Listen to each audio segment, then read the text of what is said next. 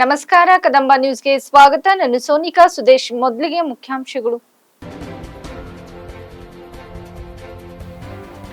ನಗರದಲ್ಲಿ ಅದ್ದೂರಿಯಾಗಿ ಜರುಗಿದ ಖರ್ಗೆ ಅಭಿನಂದನಾ ಸಮಾರಂಭ.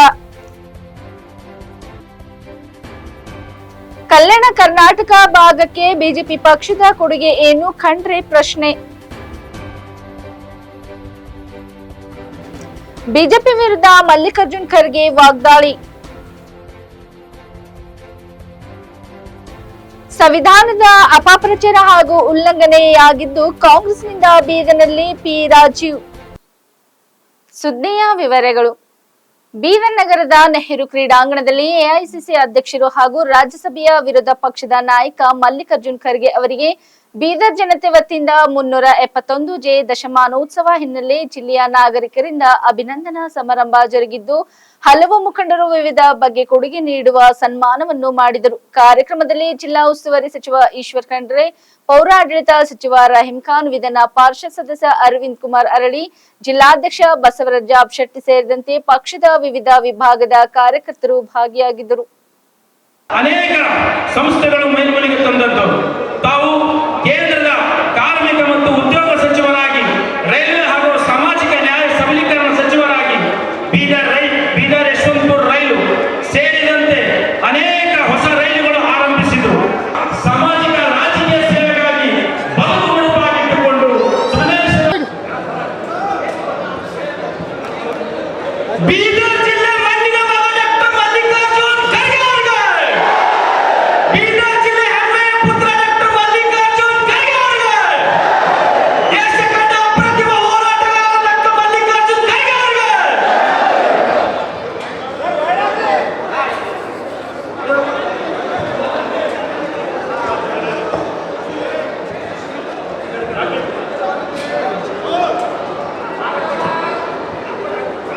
ಈ ದೇಶದ ಸಂವಿಧಾನ, ಈ ದೇಶದ ಪ್ರಜಾಪ್ರಭುತ್ವದ ಉಳಿವಿಗಾಗಿ ಪಾರ್ಲಿಮೆಂಟ್ನಲ್ಲಿ ಮೋದಿ ವಿರುದ್ಧ ನಿರಂತರವಾಗಿ ಹೋರಾಡುತ್ತಿರುವ ಈ ದೇಶದ ಏಕೈಕ ರಾಜಕಾರಣಿ ಡಾಕ್ಟರ್ ಮಲ್ಲಿಕಾರ್ಜುನ್ ಖರ್ಗೆ ಸಾಹೇಬರಿಗೆ,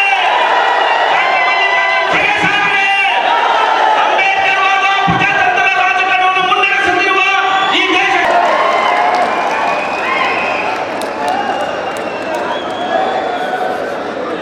ವಿಶೇಷ ಗೌರವದ ಸನ್ಮಾನ ಆಗ್ತಾ ಇದೆ.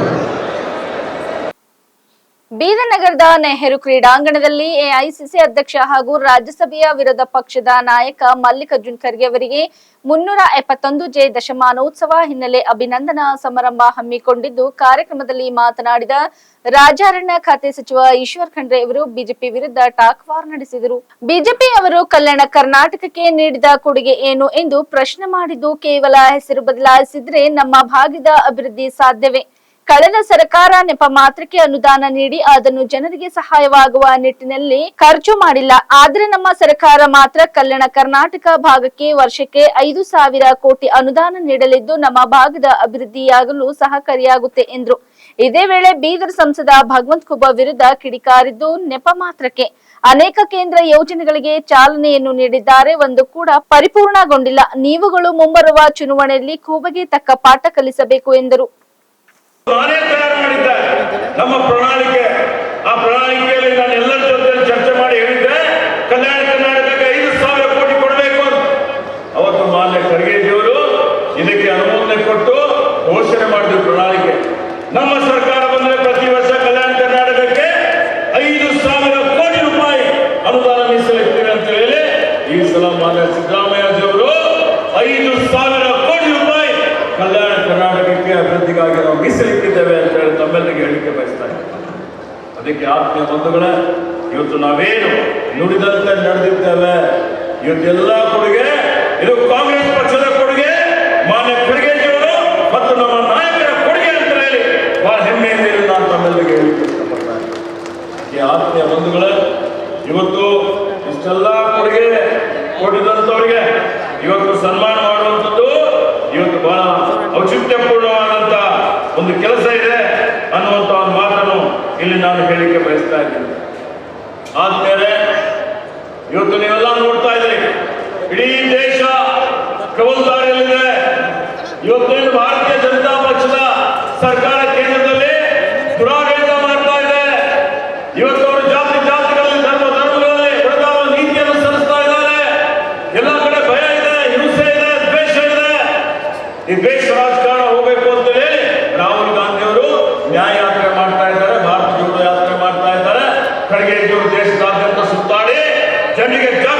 ತಲುಪಿಸುವಂತ ಕೆಲಸ ಮಾಡ್ತಾ ಇದ್ದಾರೆ.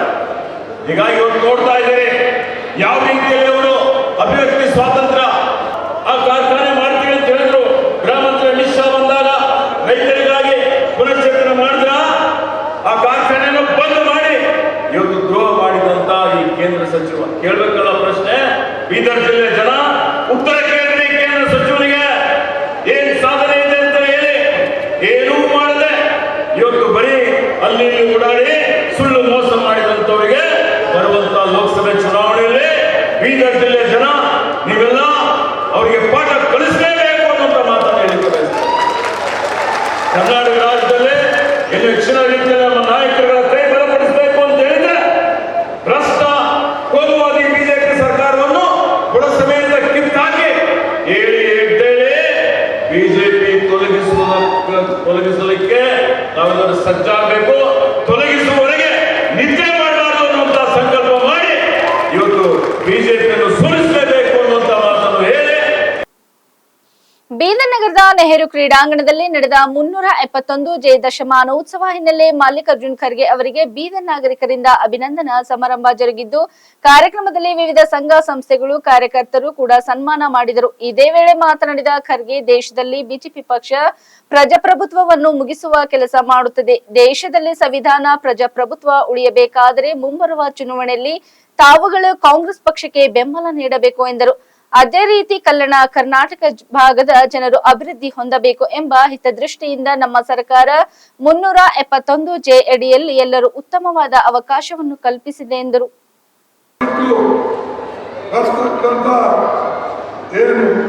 ಚುನಾವಣೆ ಇದೆ, ಅದಕ್ಕೆ ಸಹಕಾರ ಕೊಡಲಿಲ್ಲ ಅಂದ್ರೆ ಈ ದೇಶದಲ್ಲಿ ಪ್ರಜಾಪ್ರಭುತ್ವ ಉಳಿಯೋದಿಲ್ಲ, ಸಂವಿಧಾನ ಉಳಿಯೋದಿಲ್ಲ.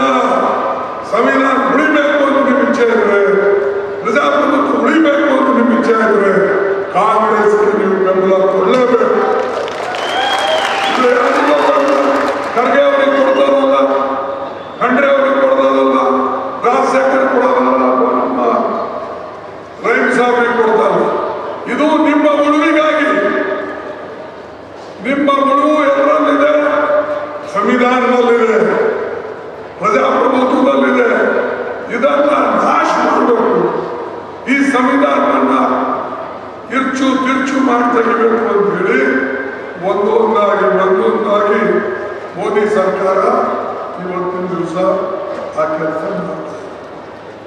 ಪ್ರಜಾಪ್ರಭುತ್ವ ಸಂಸ್ಥೆಗಳು ಸಂವಿಧಾನ ಪ್ರಕಾರ ನಡ್ಕೊಂಡು ಬರ್ತಕ್ಕಂಥ ಸಂಸ್ಥೆಗಳು, ಅದು ಎಲೆಕ್ಷನ್ ಕಮಿಟಿನೇ ಇರ್ಬೋದು, ಎಲೆಕ್ಷನ್ ಕಮಿಷನ್ ಇರ್ಬೋದು, ಅಥವಾ ನಮ್ಮ ಇನ್ಕಮ್ ಟ್ಯಾಕ್ಸ್ ಡಿಪಾರ್ಟ್ಮೆಂಟ್ ಇರ್ಬೋದು, ಇಡಿ ಇರ್ಬೋದು, ಇವಕ್ಕೆಲ್ಲಕ್ಕೂ ಕೂಡ ಕಂಟ್ರೋಲ್ ಯಾರು ಮಾಡ್ತಾ ಇದ್ದಾರೆ? BJP, RSS, Modi. ಅದೇ ರೀತಿಯಾಗಿ ಮೀಡಿಯಾದವರು ಬಂದ್ರೆ ರಿಪೋರ್ಟ್ ಕೊಟ್ಟಿರ್ತಾರೆ ಅಂತ ಇವರಿಗೂ ನಮ್ಮ ಪರ ಹೆಚ್ಚಿಗೆ ಪಬ್ಲಿಸಿಟಿ ಕೊಟ್ಟರೆ ಹುಡುಗಿ ಯಾರಪ್ಪ ಅವ್ರು ರಿಪೋರ್ಟರ್ ಯಾರು ತಲೆದಾಟ ಮಾಡಿ ಇವರು ಮಾಲಕರು ಕಂಪ್ಲೀಟ್ ಶ್ರೀಮಂತರ ಕೈಯಲ್ಲೇ ಇದ್ದಾರೆ. ಶ್ರೀಮಂತರು ಏನು ಹೇಳ್ತಾರೋ ಅದೇ ಮಾಡ್ತಾರೆ. ಈಗ ಒಂದೊಂದು ಮೀಡಿಯಾ, ಈ ಟಿವಿ ಒಬ್ಬನೇ ಮಾಲೀಕ, 18 ನ್ಯೂಸ್ ಅದಕ್ಕೂ ಒಬ್ಬನೇ ಮಾಲೀಕ, TV9 ಅದರ ಯಜಮಾನ್ ನಿನ್ನೆ ನನ್ನ ಹತ್ರ ಬಂದಿದ್ದು. ಆಗ ನೀನು ನನಗೆ ಸಿಕ್ಕಿದ್ದ ಸ್ಪೆಷಲ್ ಫ್ಲೈಟ್ ಅಂತ ನಾನು ಕೇಳ क्या साहब हमको गार्डन में दो, हम तुम्हारे साथ हैं अंदर ना। देखो भाई जो नेक काम करता है उसको हम सपोर्ट करेंगे, लेकिन जो जनता का पैसा लूटता है उसको हम कभी बख्शेंगे नहीं, क्योंकि ये हमारे उसूलों का सवाल है। हमारे उसूलों को टिकाना लोगों के हित में है। लोगों के लिए हम ये के खिलाफ नहीं, मोदी जी के खिलाफ नहीं, इंडिविजुअली अदानी के खिलाफ नहीं है, और दूसरे जो भी मालिक है 8-10 चैनल के मालिक, पेपर के मालिक, उनके व्यक्तिगत खिलाफ नहीं है, लेकिन जिस राह से वो चल रहा है, जिस रास्ते पे वो चल रहा है, उसके खिलाफ है। हम हमेशा जो कहते हैं वो काम करते हैं। नरेगा का मदद किसने किया? बोलिए किसने किया? नरेगा हमने लाया, मोदी जी लाए क्या? फूड सिक्योरिटी एक्ट हमने लाया, क्या मोदी जी ने लाया? लोग बोलते हैं बड़े बड़े कहीं भी जाओ, मैं इस देश में गरीबों के लिए 80 करोड़ गरीबों को भी खाना दे रहा है। आज से पहले तो सोनिया गांधी एक्ट बनाई, हमारी गवर्नमेंट यहाँ आने पर कांग्रेस गवर्नमेंट सिद्धरामैया के नेतृत्व में हम फ्री राइस दे दें, फ्री राइस। अरे जो हम काम करते वो भी मेरा, जो नेहरू जी की वो भी मेरा, जो इंदिरा गांधी की ग्रीन रेवोल्यूशन वो भी मेरा, जो व्हाइट रेवोल्यूशन हुआ दूध का वो भी मेरा। अरे आप पैदा भी नहीं हुए थे उस वक्त पंडित जवाहरलाल नेहरू जी ने बड़े बड़े कारखाने बनाए, बड़े बड़े एम्स बनाए, इंजीनियरिंग कॉलेज बनाए, और आप उस पार्टी को गाला करते हैं, उस नेता को गाला करते हैं, इंदिरा गांधी को गाला करते हैं, सोनिया गांधी को गाला करते हैं, और राहुल गांधी को गाला करते हैं। अरे कांग्रेस कुछ भी नहीं, आप ही बोलते हो कांग्रेस जीरो है बोलते हो, फिर जीरो के पीछे क्यों लगे भाई? हमारे पास कुछ ताकत है, इसीलिए आप हमको डरते हैं।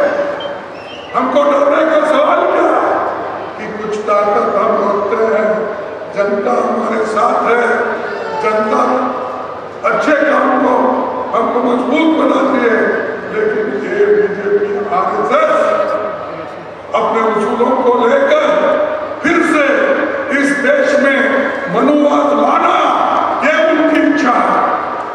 ಮಾಡ್ತಾ ಇದ್ದಾರೆ। ಇವತ್ತು ರಾಜ್ಯದಲ್ಲಿ ಕೂಡ ನಮ್ಮ ಪಕ್ಷದ ಅಧ್ಯಕ್ಷರಾಗಿ ಅನೇಕ ಖಾತೆಗಳನ್ನು ನಿರ್ವಹಣೆ ಮಾಡಿರ್ತಕ್ಕಂಥ ಎಜುಕೇಶನ್ ಇರ್ಬೋದು, ಹೋಮ್ ಇರ್ಬೋದು, ಇರಿಗೇಷನ್ ಇರ್ಬೋದು, ಎಲ್ಲ ಖಾತೆಗಳನ್ನು ನಿರ್ವಹಣೆ ಮಾಡಿರ್ತಕ್ಕಂಥ ಒಬ್ಬ ಧೀಮಂತ ನಾಯಕ, ವಿರೋಧ ಪಕ್ಷದ ನಾಯಕರಾಗಿ ಕೂಡ ಕರ್ನಾಟಕದಲ್ಲಿ ಕಾರ್ಯ ಮಾಡಿದರು. ಇವತ್ತು ಬಂದಿದೆ, ಇವತ್ತೇನು ಡಾಕ್ಟರ್ ಮಲ್ಲಿಕಾರ್ಜುನ ಖರ್ಗೆ ಅವರ ಕೊಡುಗೆ ಈ ಕಲ್ಯಾಣ ಕರ್ನಾಟಕಕ್ಕೆ ಸ್ಥಿಮಿತಲ್ಲ, ಇಡೀ ರಾಜ್ಯಕ್ಕೆ, ಇಡೀ ರಾಷ್ಟ್ರಕ್ಕೆ ಅವರು ಕೊಟ್ಟಂತ ಕೊಡುಗೆ ಬಹಳ ಅಪಾರವಾದ ಇದೆ. ಇವತ್ತು ಅವರು ಪುನಃ ಇದೆ.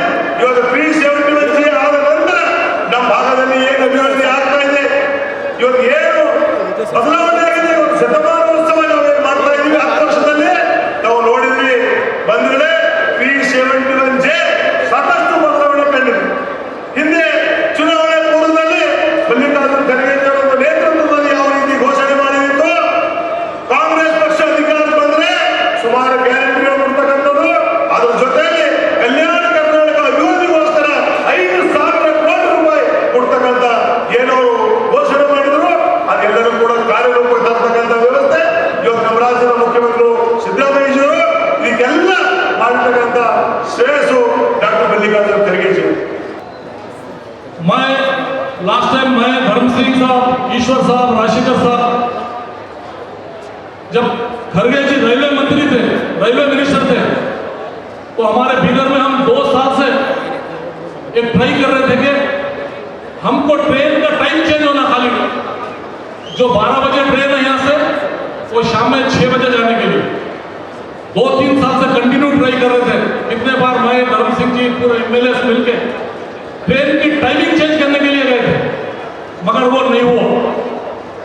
जब खरगे जी रेलवे मिनिस्टर बने, रेलवे मंत्री बने, हम पूरे डेलीगेशन मिलके खरगे जी के पास गए, सर हम 2-3 साल से ट्राई कर रहे हैं, हमको ट्रेन का टाइम चेंज कर दो बोल के।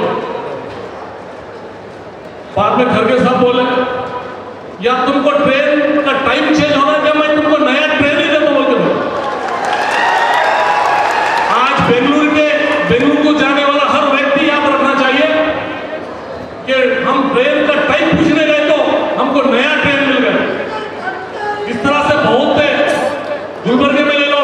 Medical college, hospital, ESI, central university, इस तरह से सभी चीजें लिए गए और गरीबों की धड़कन है खड़गे जी, क्योंकि एएसी अध्यक्ष, कांग्रेस पार्टी के अध्यक्ष ऑल इंडिया, उनको मिलना तो छोड़ो, देखना मुश्किल होता है, लेकिन हम खड़गे जी को जिस तरह से आप हमको मिलते हैं, हम सभी यहाँ के बिदर के लोग, कर्नाटक के लोग उनको जाके कभी भी मिल सकते हैं। ಬೀದರ್ ನಗರದ ಪತ್ರಿಕಾ ಭವನದಲ್ಲಿ ಇಂದು ಬಿಜೆಪಿಯ ರಾಜ್ಯ ಕಾರ್ಯದರ್ಶಿ ಹಾಗೂ ಕುಡ್ಚಿ ಮತಕ್ಷೇತ್ರದ ಮಾಜಿ ಶಾಸಕ ಪಿ ರಾಜು ಪತ್ರಿಕಾಗೋಷ್ಠಿಯನ್ನು ನಡೆಸಿ ಕಾಂಗ್ರೆಸ್ ಸರ್ಕಾರದ ವಿರುದ್ಧ ಭಾರಿ ವಾಗ್ದಾಳಿಯನ್ನು ನಡೆಸಿದರು. ದೇಶದಲ್ಲಿ ಸಂವಿಧಾನ ತಿದ್ದುಪಡಿಯ ಬಗ್ಗೆ ಬಹಳಷ್ಟು ಚರ್ಚೆ ಆಗುತ್ತದೆ, ಆದ್ರೆ ಸಂವಿಧಾನ ತಿದ್ದುಪಡಿಯ ಅರ್ಥವೇ ಕಾಂಗ್ರೆಸ್ ಗೊತ್ತಿಲ್ಲ ಎಂದರು. ಸಂವಿಧಾನದ ಅಪಪ್ರಚಾರ, ಅವಮಾನ ಹಾಗೂ ಉಲ್ಲಂಘನೆಯಾಗಿದ್ದು ಕಾಂಗ್ರೆಸ್ನಿಂದ ಎಂದರು. ಸಂವಿಧಾನದ 39ನೆಯ ತಿದ್ದುಪಡಿಯನ್ನು ಇಂದಿರಾ ಗಾಂಧಿಯವರು ಮಾಡಿದರು. ಈ ತಿದ್ದುಪಡಿಯ ಪ್ರಕಾರ ಯಾರು ಕೂಡ ಸಂಸತ್ನ ನಿರ್ಧಾರವನ್ನು ಪ್ರಶ್ನಿಸಬಾರದು. ಇದನ್ನು ತಂದವರು ಯಾರು? ದೇಶದಲ್ಲಿ ತುರ್ತು ಪರಿಸ್ಥಿತಿ ಹೇರಿದ್ದು ಯಾರು? ಈ ದೇಶದಲ್ಲಿ 90 ಬಾರಿ ಚುನಾಯಿತ ಸರ್ಕಾರವನ್ನು ವಜಾ ಮಾಡಿ ರಾಷ್ಟ್ರಪತಿ ಆಳ್ವಿಕೆ ತಂದವರು ಯಾರು ಎಂದು ವಾಗ್ದಾಳಿ ನಡೆಸಿದರು. ಸಂವಿಧಾನ ತಿದ್ದುಪಡಿ ಅನ್ನೋದರ ಅರ್ಥವೇ ಅವರಿಗೆ ಗೊತ್ತಿಲ್ಲ.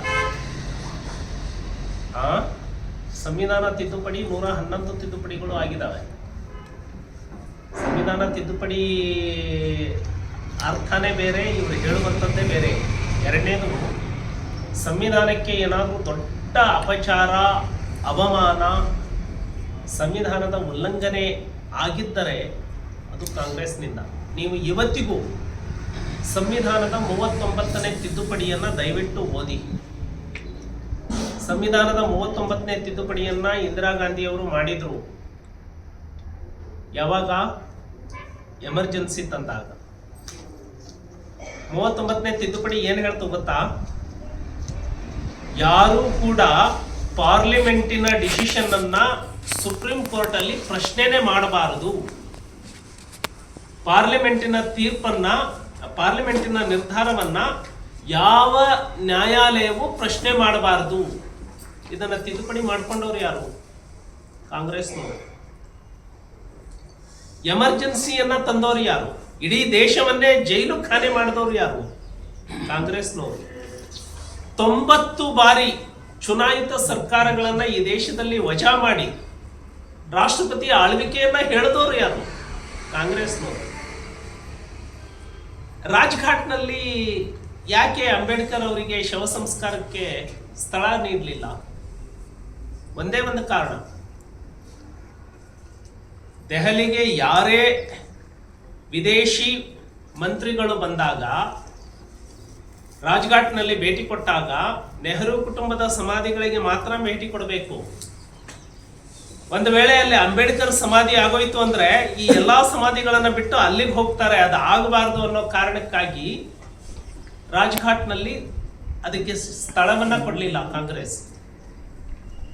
ಮೋದಿಯವರು, ಅವರು ಹುಟ್ಟಿದ ಸ್ಥಳ, ಅವರು ವಿದ್ಯಾಭ್ಯಾಸ ಮಾಡಿದ ಸ್ಥಳ, ಅವರು ಯಾವ ಸ್ಥಳದಲ್ಲಿ ಕೂತು ಸಂವಿಧಾನವನ್ನ ಬರೆದ್ರು ಆ ಸ್ಥಳ, ಅವರು ಬೌದ್ಧ ಧರ್ಮಕ್ಕೆ ಸ್ವೀಕಾರ ಮಾಡಿದಂತಹ ಸ್ಥಳ, ಅವರ ಅಂತ್ಯ ಸಂಸ್ಕಾರ ನಡೆದಂತಹ ಸ್ಥಳ, ಪಂಚತೀರ್ಥ ಅಭಿವೃದ್ಧಿಯನ್ನ ಮಾಡಿದರು.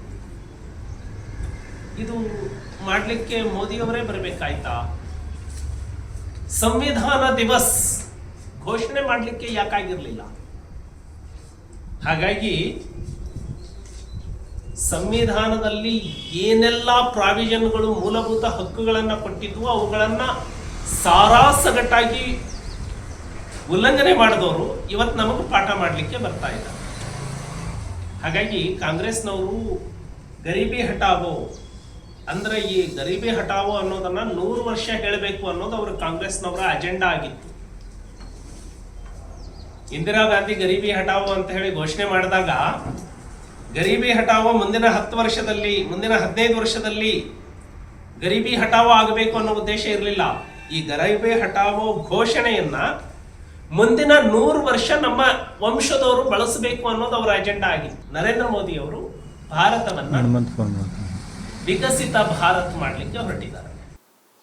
ಕಲಬುರಗಿಯ ಡಾಕ್ಟರ್ ಎಸ್.ಎಂ. ಪಂಡಿತ್ ರಂಗಮಂದಿರದಲ್ಲಿ ಕರ್ನಾಟಕದ ಸಾಂಸ್ಕೃತಿಕ ನಾಯಕ ವಿಶ್ವಗುರು ಬಸವಣ್ಣನವರ ಭಾವಚಿತ್ರ ಅನಾವರಣ ಕಾರ್ಯಕ್ರಮದಲ್ಲಿ ಬ್ಯಾನರ್ ಅಳವಡಿಸಿಲ್ಲ. ವಿಶ್ವಗುರುವನ್ನು ಜಿಲ್ಲಾಡಳಿತ ನಿರ್ಲಕ್ಷ್ಯ ಮಾಡುತ್ತದೆ ಎಂದು ಆರೋಪಿಸಿ ಲಿಂಗಾಯತ್ ಸಮುದಾಯದ ಮುಖಂಡರು ಜಿಲ್ಲಾಡಳಿತದ ಅಧಿಕಾರಿಗಳು ಹಾಗೂ ಕನ್ನಡ ಮತ್ತು ಸಂಸ್ಕೃತಿ ಇಲಾಖೆಯ ಸಹಾಯಕ ನಿರ್ದೇಶಕರನ್ನು ತರಾಟೆಗೆ ತೆಗೆದುಕೊಂಡರು.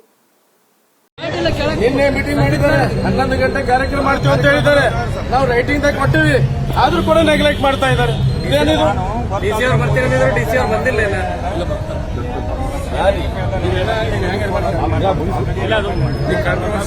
ಹಿಂಗೆ ತಾಳ್ಕೋಬೇಕಾ ಏನೋ ಹೇಳಿ, ಪೂರ್ವಭಾವಿಯಾಗಿ ಮೀಟಿಂಗ್ ಕರೆದಿರಿ ಇಲ್ಲ. ಬಸವಣ್ಣನ ಭಕ್ತರ ವಿಷಯ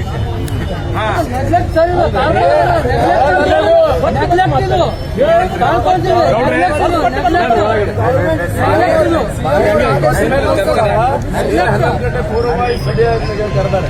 ಸಭೆಯಲ್ಲಿ ನಿರ್ಣಯ ತೆಗೆದುಕೊಂಡ್ರ 11 ಗಂಟೆಗೆ ಯಾರು ಬರ್ಲಿ ಬರ್ಲಾರ್ದಿರ್ಲಿ ಅನಾವರಣ ಮಾಡ್ತೀವಿ ಅಂತ ಹೇಳಿದ್ದಾರೆ. ಯಾಕೆ ಮಾಡಲಿಲ್ಲ? ಎಲ್ಲ ಬಂದ್ರೆ ಮಾಡಮ್ ಬರ್ರಿ.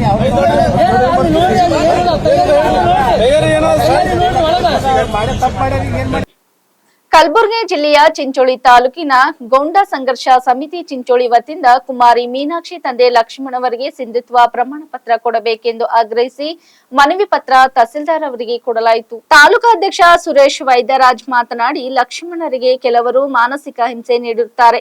ಅದಕ್ಕಾಗಿ ಮಾನಸಿಕ ಖಿನ್ನತೆಗೆ ಒಳಗಾಗಿ ಮರಣ ಹೊಂದಿರುತ್ತಾರೆ. ಕುಮಾರಿ ಮೀನಾಕ್ಷಿ ಅವರಿಗೆ ಸಿಂಧುತ್ವ ಪ್ರಮಾಣ ಪತ್ರ ಕೊಟ್ಟು ಸರ್ಕಾರಿ ನೌಕರಿ ಕೊಡಬೇಕೆಂದು ಸರ್ಕಾರಕ್ಕೆ ಮನವಿ ಪತ್ರ ಕೊಡಲಾಯಿತು.